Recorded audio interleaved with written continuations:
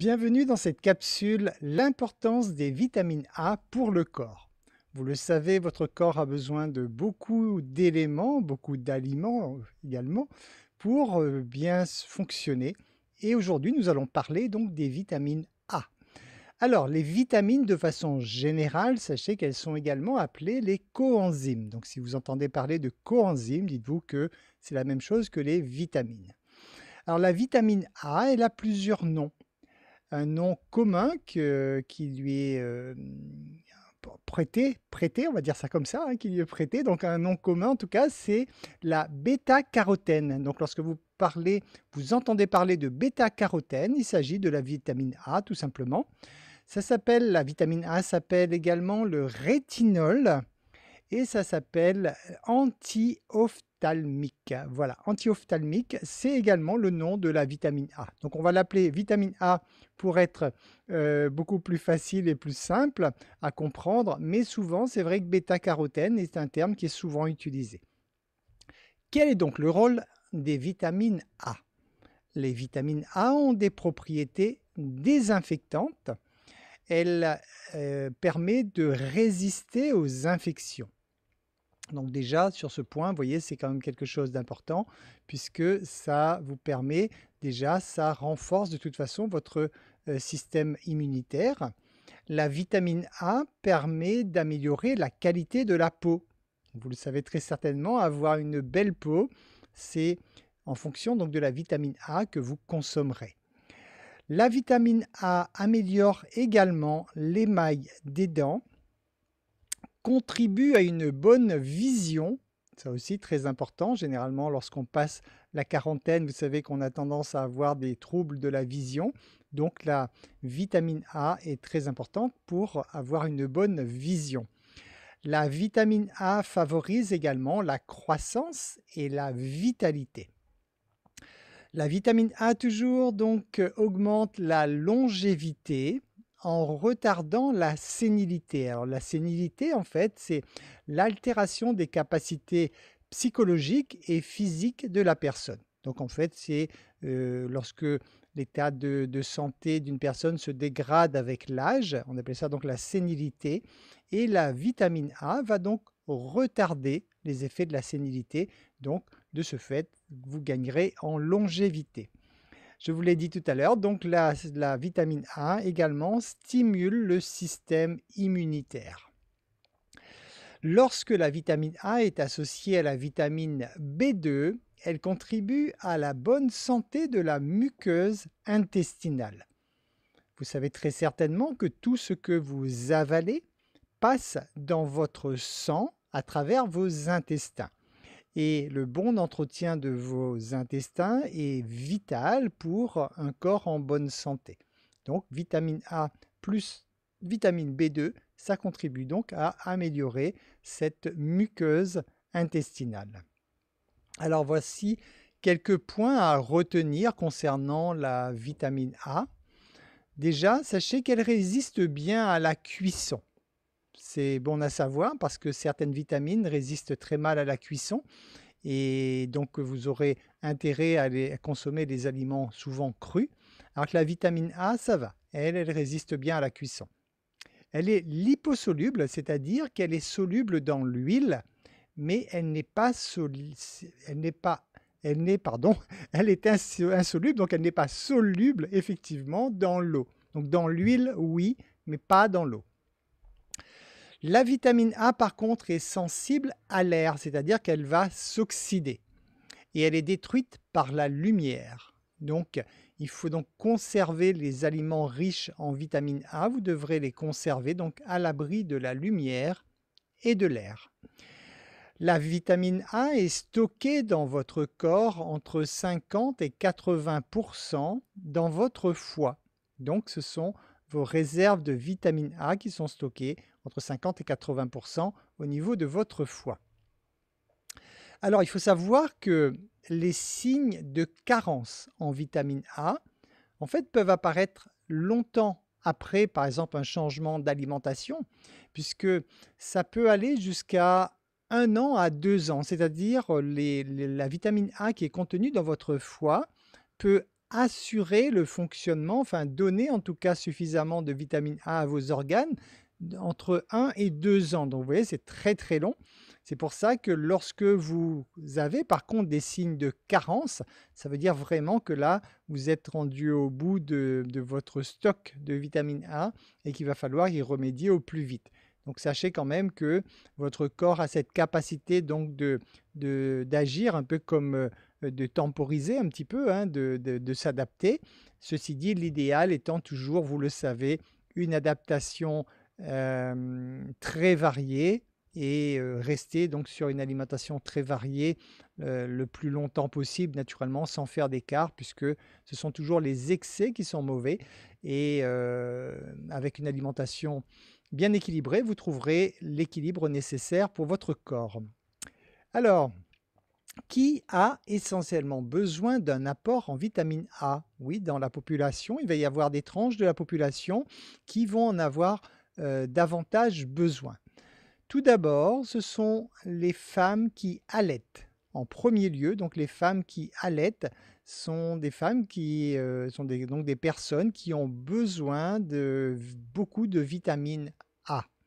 Ensuite, il y a les ados de 13 à 19 ans qui ont également besoin de beaucoup d'apports en vitamine A. Et dans un instant, je vais vous donner la liste de ces aliments dans lesquels on trouve beaucoup de vitamine A et vous verrez que ce n'est peut-être pas vraiment l'alimentation préférée de vos ados et il est bon donc d'en tenir compte puisque c'est vraiment la période de la vie où pour leur croissance, donc les ados ont davantage besoin de vitamine A. Qui a besoin également de vitamine A? Ce sont les hommes. Voilà, davantage que les femmes, les hommes ont davantage besoin de vitamine A. Voilà, maintenant je vais vous donner donc les 15 meilleures sources de vitamine A. Où est-ce que vous trouvez de la vitamine A dans votre alimentation? Donc les 15 meilleurs aliments riches, voire très riches en vitamine A. Donc je vous le donne en ordre décroissant. Donc on va d'abord voir les aliments qui donnent le maximum de vitamine A et on va descendre un petit peu. On est dans les 15 premiers, donc on est encore sur des valeurs très importantes quand même, hein, puisqu'après on pourrait aller effectivement très très loin, mais on reste déjà sur les 15 principaux aliments qui peuvent vous apporter ces vitamines A nécessaires pour votre bon fonctionnement, essentiellement pour la peau, les dents et tout ce que nous avons vu tout à l'heure.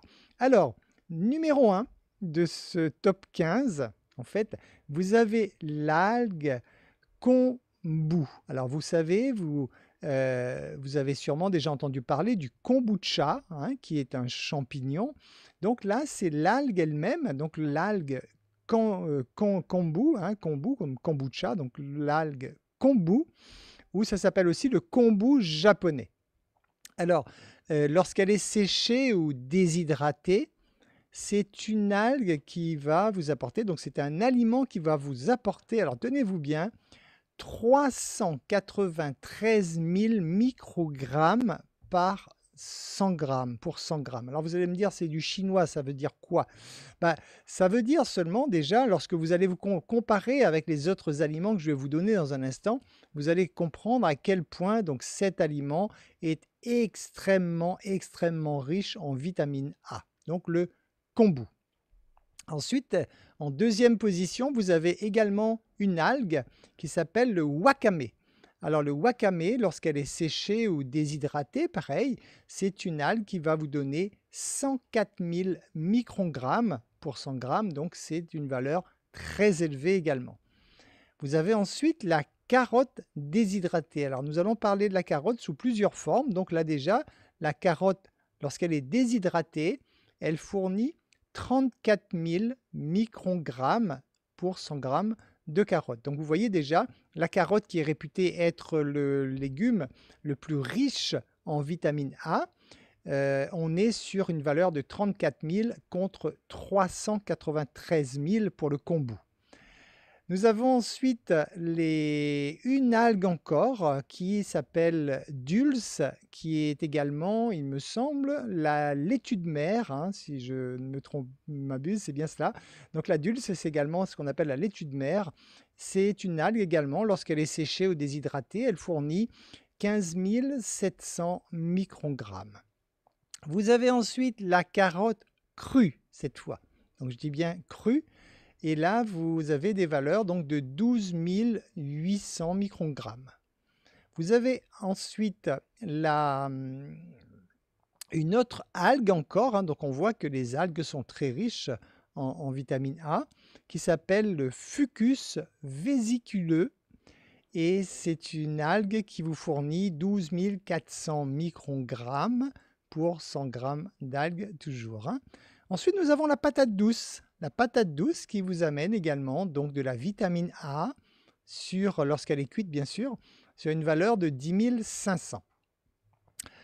Ensuite, après la patate douce, nous avons cette fois, on retrouve toujours les carottes, mais cette fois en jus de carotte, le pur jus, à 9 300 microgrammes. Donc vous voyez que le jus de carotte est donc un peu moins riche en vitamine A que la carotte elle-même crue, puisqu'il y a très certainement donc des déperditions et avec son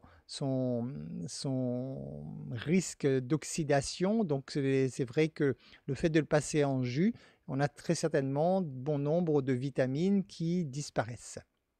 Mais ce qui est quand même pas mal, c'est quand même encore une belle valeur, hein. Ensuite, vous avez les épinards cuits ou surgelés pour 7 240 microgrammes. Alors pareil, vous aurez tous ces chiffres dans le post comme d'habitude.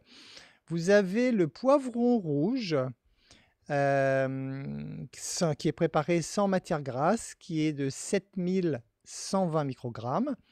Vous avez ensuite le potiron. Donc le potiron aussi, riche en vitamine A. Le potiron a une valeur de 6 940 microgrammes.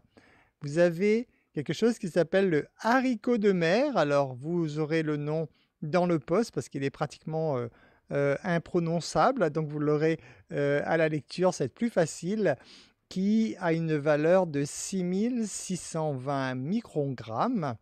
Ensuite, on arrive sur le chou. Donc, le chou aussi, hein, le chou cru est également riche en vitamine A pour une valeur de 5 930 microgrammes.